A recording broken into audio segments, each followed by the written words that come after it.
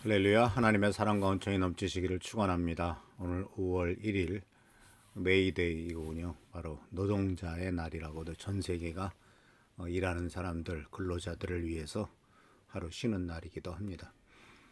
오늘 말씀은 또 금주에 계속 우리가 생각해 보려고 하는 말씀은 지난주에 이어서 다니엘서에 나오는 말씀을 다시 한번 1장의 말씀을 새로운 관점에서 또 한번 보도록 하겠습니다. 다니엘은 왕이 내린 음식과 포도주로 자기를 더럽히지 않겠다고 마음을 먹고 환관장에게 자기를 더럽히지 않을 수 있도록 해달라고 간청하였다.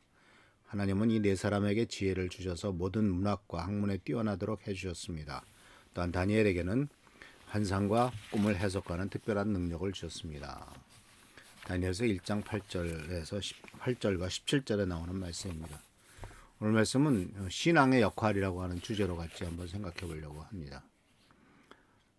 지금 이 다니엘서 1장은 바로 다니엘과 그 친구들이 이스라엘 민족이 멸망하고 이스라엘의 나라가 망하고 이제 이 바벨론이라고 하는 나라의 포로로 끌려간 상황 속에서 벌어진 일입니다. 그래서 오늘 우리가 생각해 보려고 하는 것은 우리가 살고 있는 이 세상에 대한 이해, 그리고 그 세상 속에서 어떻게 하나님을 믿는 믿음을 지킬 수가 있겠느냐 하는 것을 같이 한번 생각해 보려고 합니다. 이 바벨론에 끌려갔죠. 바벨로니아. 근데 이 바벨론이라고 하는 이 바벨이란 말은 창세기 11장에 처음 나타나죠. 창세기 11장에 이 노아의 홍수가 끝나고 난 다음에 이제 나라 사람들이 점점 많아지면서 이제 그들이 노아의 홍수 때 흩어지고 다 죽음을 당했던 것들, 이런 것들을 이제 그 하나의 전설로 들어가면서 이제 그들은 노아의 홍수 같은 일들을 다시는 당하지 않고 자기네들의 그 인간으로서의 위치를 보존하고자 하는 그와 같은 생각들이 있었습니다. 그래서 창세기 11장 4절에서부터 나오는 말씀에 보면 이렇게 됩니다. 그들은 또 말하였다. 자, 도시를 세우고 그 안에 탑을 쌓고서 탑 꼭대기가 하늘에 닿게 하여 우리의 이름을 날리고 온 땅 위에 흩어지지 않게 하자.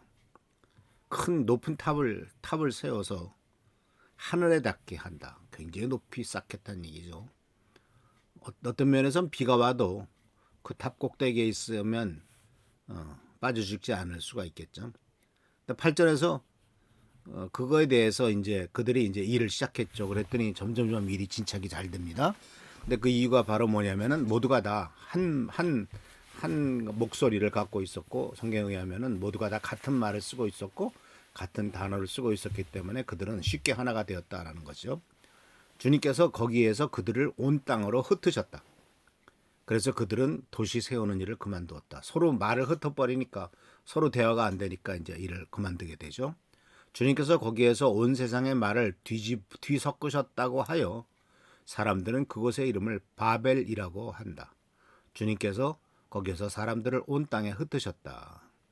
이 뒤섞다라고 하는 말, 이 바벨 또는 바벨론을 가르치는데, 뒤섞다는 말의 뜻을 가진 발랄과 바벨론이라고 하는 말의 이 바벨이라고 하는 발음이 비슷하죠.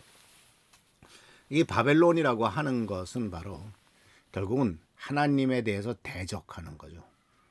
도시를 만들고 우리가 우리의 이름을 날리고 흩어지지 않게 하면서, 그리고 우리가 서로 보존하자, 하나님 없이도 우리 인간의 힘으로 모든 것을 해보자라고 하는 이와 같은 반역적인 도전의 표시가 이 바벨론인데, 아마도 이것은 창세기 4장 17절에 카인이 쫓겨나고 난 다음에 유리 방황하다가 에덴 동쪽에서 성을 쌓죠. 도시를 만듭니다. 그래서 자기의 아들인 에녹이라고 하는 이름을 따서 자기의 성을 만들었다라고 하는 것이 창세기 4장 17절의 말씀에 나옵니다. 그때 이후로 이 바벨론이라고 하는 지역은 하나님을 대적하고 인간의 힘과 인간의 수단과 방법으로서 성공을 구가하고 또 인간이 서로 보호하고 지키고 또 인간이 하나님을 대적해서 바로 우리가 뭔가를 해보자라고 하는 것을 상징적으로 보여주는 것. 이것이 바로 이 바벨론이라고 바벨론이고 바벨로니아라고 이렇게 볼 수가 있습니다. 그래서 요한계시록 18장에서도 보면 무슨 얘기가 나오냐면은 이 바벨론에 대해서 하나님의 무서운 심판이 얘기를 하고 있는 것을 봅니다. 18장 2절 말씀 속에서 이렇게 되어 있습니다. 18장 2절 말씀 속에서는 그는 힘찬 소리로 외쳤습니다. 무너졌다 무너졌다 큰 도시 바벨론이 무너졌다. 바벨론은 귀신들의 거처가 되고 온갖 더러운 영의 소굴이 되고 더럽고 가증한 온갖 새들의 집이 되었구나. 이는 모든 민족이 그 도시의 음행에서 빚어진 분노의 포도주를 마시고 세상의 왕들이 그 도시와 더불어 음행하고 세상의 상인들이 그 도시의 사칫바람에 치부하였기 때문이다. 나는 하늘에서 또 다른 음성이 들어올려온 것을 들었습니다. 내 백성아 그 도시에서 떠나와라. 너희는 그 도시의 죄에 가담하지 않고 그 도시가 당하는 재난을 당하지 않도록 하여라. 이렇게 요한계시록에서도 바벨론을 인간의 강한 권력을 상징하지만 하나님을 대적하는 세상의 상징이라는 사실을 보게 됩니다.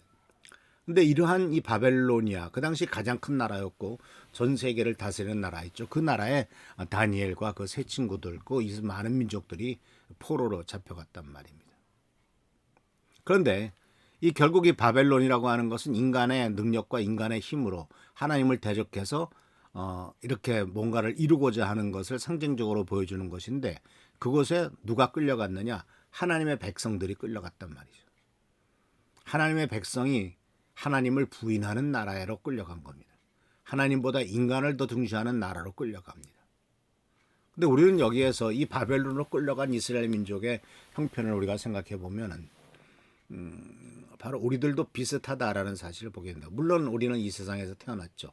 그런데 우리가 예수를 믿고 하나님의 자녀가 되고 난 다음에 깨달은 것은 바로 뭐냐면 우리는 이 땅에서 살고 있지만 이 땅이 우리들의 영원한 고향이 아니고 우리가 돌아갈 곳도 아니다라는 것을 깨닫게 되죠. 바벨론이 아무리 좋은 곳이고 사람들이 살만한 곳이고 부자 될 수 있고 성공할 수 있고 축복받을 수 있는 장소라 할지라도 그것은 이스라엘 민족에게 허락한 하나님이 그들에게 약속하신 젖과 꿀이 흐르는 땅, 즉 가나안 땅은 아니더라라는 사실이죠. 근데 가나안 땅이 아닌데 그들은 가나안 땅에서 이제 포로로 잡혀서 이 바벨로니아로 끌려왔습니다. 남의 나라에서 살고 있는 것이죠.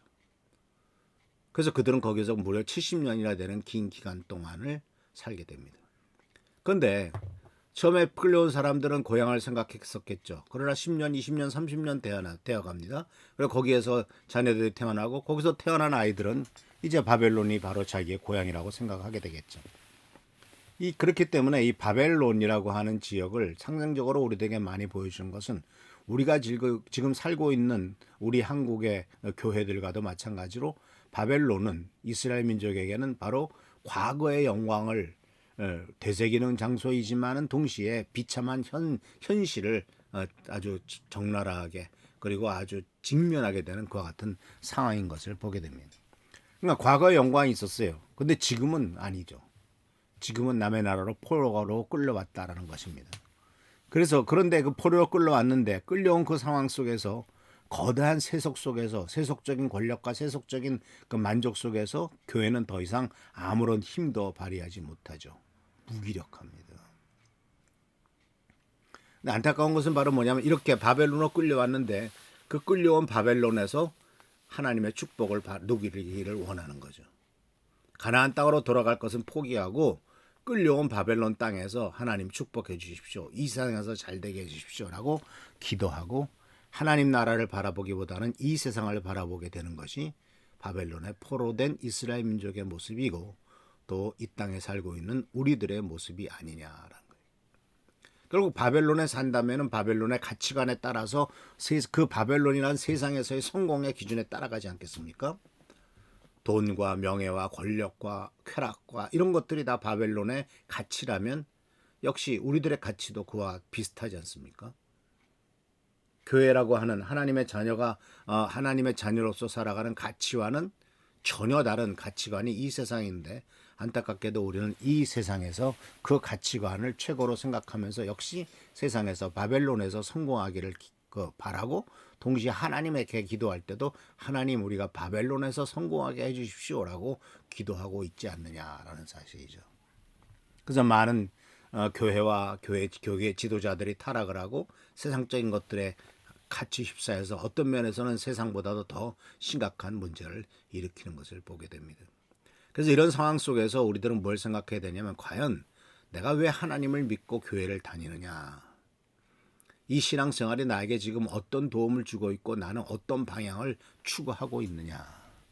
또 신앙을 갖고 이 세상에서 사는 삶은 어떠한 삶이 되어야 되느냐 하는 것에 대해서 우리들은 한 번쯤은 생각해 봐야 될 것이 않겠느냐 하는 것을 이 다니엘과 세 친구들이 바벨론으로 끌려온 상황 속에서 우리들이 한번 생각해 볼 필요가 있습니다.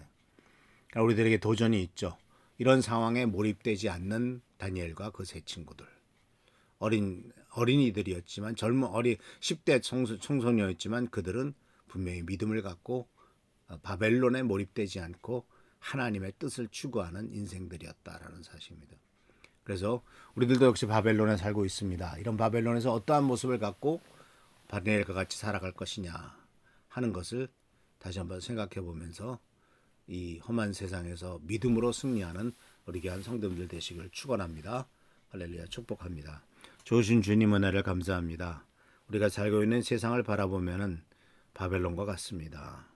바벨론의 가치관이 우리의 모든 머리끝부터 발끝까지 스며들어 있고 우리 주위의 모든 것들도 다 이 바벨론의 가치관에 의해서 움직입니다. 우리도 그와 같은 길에 빠지기 쉽습니다. 주님 우리를 불쌍하게 해주시고 하나님께서 원하시며 기뻐하시는 삶의 가치 기준으로 살아가도록 인도하여 주옵소서. 우리를 지켜보살펴 주시고 보호하시고 돌봐주시길 바라옵고 예수 그리스도의 이름으로 축복하며 간절히 기도하옵나이다. 아멘. 오늘도 하나님의 사랑과 축복과 은총과 은혜 가운데서 승리하는 귀한 하루가 되시기를 축원합니다. 할렐루야 축복합니다.